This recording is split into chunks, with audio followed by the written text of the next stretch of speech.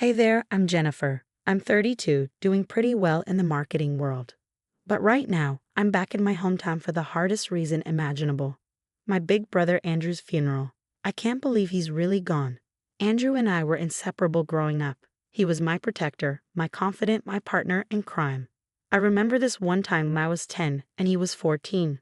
We snuck out to the old abandoned house on the edge of town, armed with nothing but flashlights and our overactive imaginations. "Stay close, Sar," he said, his voice steady even though I was terrified. "I got you." That was Andrew, always looking out for me. But then Karen came along. I tried to like her, really. When Andrew first introduced us, I put on my best smile and said, "Nice to meet you." But there was something about her, a coldness that never thawed.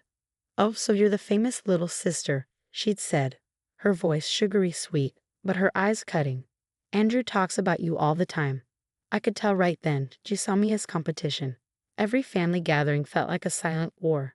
She'd make these snide remarks, suggesting I was too attached to Andrew or that it was time to grow up. Once at a barbecue, she'd said, loud enough for everyone to hear, "It's cute how you still cling to Andrew, Jennifer, but don't you think it's time to cut the cord?" I'd wanted to throw my drink at her, but Andrew had given me that look. The one that said, "Let it go, sis." So I did, for him. Now, standing in the funeral home, I see Karen playing the part of the grieving widow flawlessly. She's got everyone fooled but not me. Our eyes meet across the room, and for a split second, her mask slips. There's a flicker of something in her gaze, anger, guilt.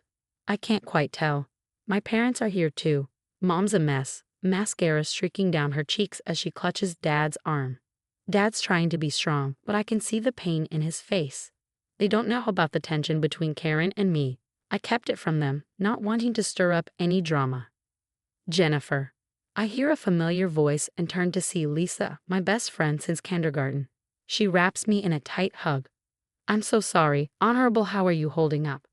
"I'm managing," I say, grateful for her support. Lisa's always been my rock, especially when things with Karen got rough. As we talk, I notice Tom, Karen's brother, hovering nearby. He's always had this awkward crush on me, which Karen hated. It was just one more thing that added tension between us. "Hey, Jennifer," Tom says, approaching with that awkwardness he's never quite grown out of. "I'm really sorry about Andrew. He was a great guy." I nod, not trusting myself to speak. The whole situation feels surreal. My brother is gone, and I'm standing here, surrounded by a mix of genuine grief and a powder keg of unresolved issues. As the service begins, I can't help but think about all the things Andrew and I never got to say. The last time we spoke, he seemed off, like he wanted to tell me something but couldn't find the words. Now, I'll never know what it was. I glance over at Karen again, and this time she's staring right at me. There's a challenge in her eyes, a silent message I can feel in my gut. Whatever's between us, it's not over, and I know that whatever comes next is going to change everything. The funeral service is a blur of tears and whispers. I can't take my eyes off Karen. She keeps fidgeting, her gaze darting around like she's searching for an escape. When she finally stands to speak, her words sound rehearsed, hollow. "Andrew was everything to me," she says, her voice breaking in a way that doesn't quite ring true. "I don't know how I'll go on without him." I have to bite my tongue to keep from scoffing. After the service, we all head back to Andrew and Karen's house. I hang back, watching as Karen flits from person to person, playing the grieving widow with perfect, practiced grace. Moments pass where, when Karen thought no one was looking, her face seemed almost relieved. The weight of it all hit me, and I muttered to Lisa, "I need some air." Slipping away from the crowd, I wandered into Andrew's home office, a place strictly off limits when he was alive, by Karen's rules, not his. "What are you doing in here?" came Karen's voice from the doorway. I spun around, my heart racing as I met her narrow gaze. "Just remembering Andrew," I lied, trying to keep my voice steady. She stepped closer, her perfume cloying in the confined space. "Well, do it somewhere else," she said sharply. "This room is private."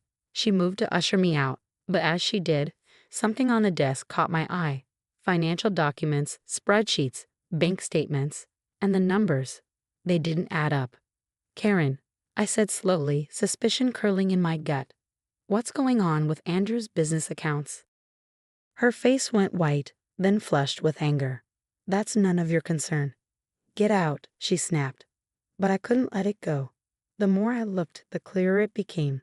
You've been stealing from him, haven't you? I said, feeling a mix of anger and disbelief. For years. You don't know what you're talking about, she hissed, her eyes blazing. I think I do, I countered. Does anyone else know? Is this why Andrew was acting so strange before he? But I didn't get to finish. In a flash, Karen grabbed a heavy crystal vase from the shelf and swung it at me. Pain erupted across my temple, and I staggered back. You nosy little, she snarled, all pretense gone. You've always been a thorn in my side. Well, not anymore. She shoved me out of the office, and I stumbled down the hall, my vision blurring. The next thing I knew, I was outside, the door slamming behind me. And don't come back.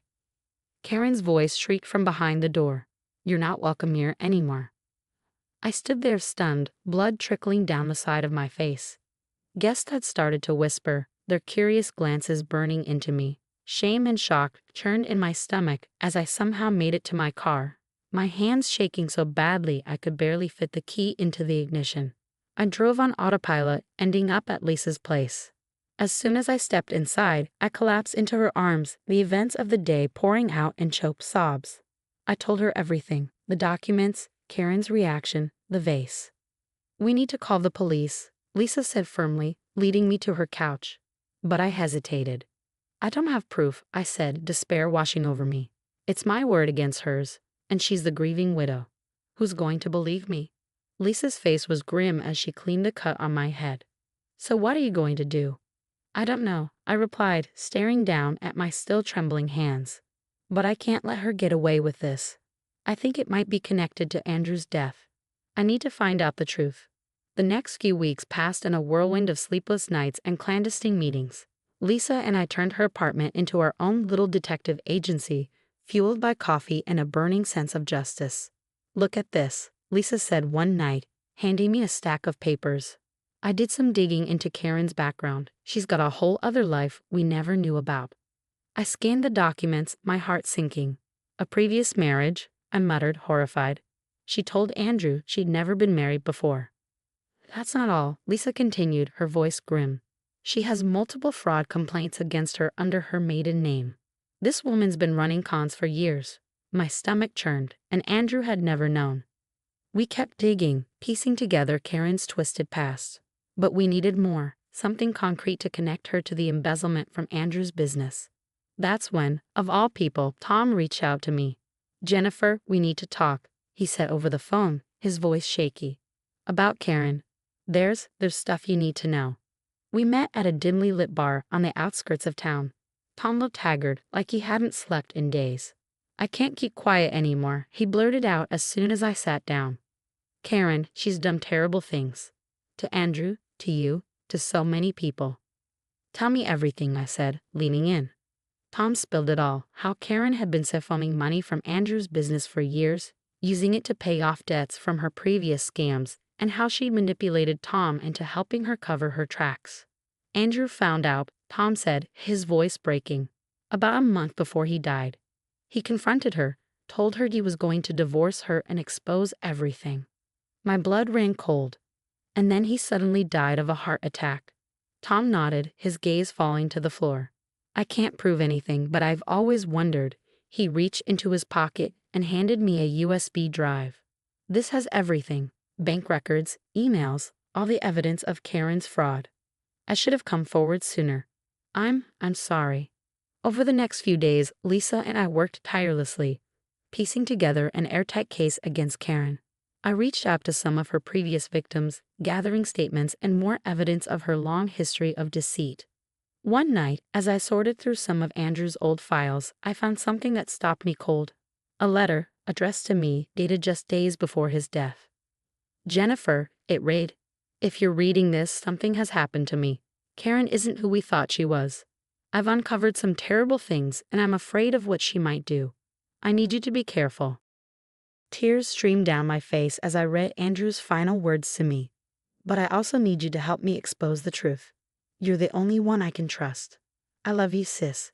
Stay strong. In that moment, my resolve solidified. This wasn't just about revenge anymore. It was about justice. Justice for Andrew, for all of Karen's victims, and for the truth. I looked at Lisa, my voice steady. We're going to take her down, whatever it takes. The next day, I walked into the family lawyer's office, feeling the weight of everything I'd uncovered pressing down on me. Mr. Johnson, who'd known our family for years, looked up as I entered, his brow furrowing in concern. "Jennifer, what's all this about?" he asked as I dropped a thick folder onto his desk. "It's about Karen," I replied, holding his gaze, "and what she did to Andrew." For the next hour, I laid out everything: embezzlement, fraud, her hidden past. With every revelation, Mr. Johnson's face grew grimmer. "My God," he whispered when I finished. "We need to take this to the authorities immediately." As the investigation unfolded, more of Karen's victims came forward, each with similar stories of manipulation and deceit. The charges against her began to pile up. With her deceptions exposed, control of Andrew's estate and business reverted back to our family. I knew what I had to do. "I'm taking over the company," I told my parents one night. Mom looked worried. "Are you sure, honey? It's a big responsibility." I nodded, my resolve unwavering. "I'm sure. It's what Andrew would have wanted." The transition wasn't easy. The business had suffered under Karen's mismanagement, but I threw myself into the work, determined to honor Andrew's memory. Slowly but surely, things began to turn around. On the 1-year anniversary of Andrew's death, I visited his grave. The autumn leaves crunched under my feet as I approached the headstone. "Hey, big bro," I murmured. "I got so much to tell you." I told him about the business, how we'd landed a big new client last week, about Mom and Dad and how they were doing better these days. And yes, I told him about Karen, how she wouldn't be hurting anyone else for a long time. A warm breeze rustled through the trees, and for a moment I could almost hear his voice on the wind. "Stay strong, sis. I got you." I smiled, touching the headstone one last time before turning to leave. Walking away, I felt lighter, freer. The past year had been a trial, but I'd come through it stronger. Karen was facing justice, the business was thriving, and most importantly, Andrew's memory was honored. Now I've got a question for you. If you discovered a loved one had been stealing from your family, would you turn them in or try to handle it privately? And what if their actions might have indirectly led to someone's death? This is a tough situation with no easy answers, and I'd love to hear your thoughts in the comments below.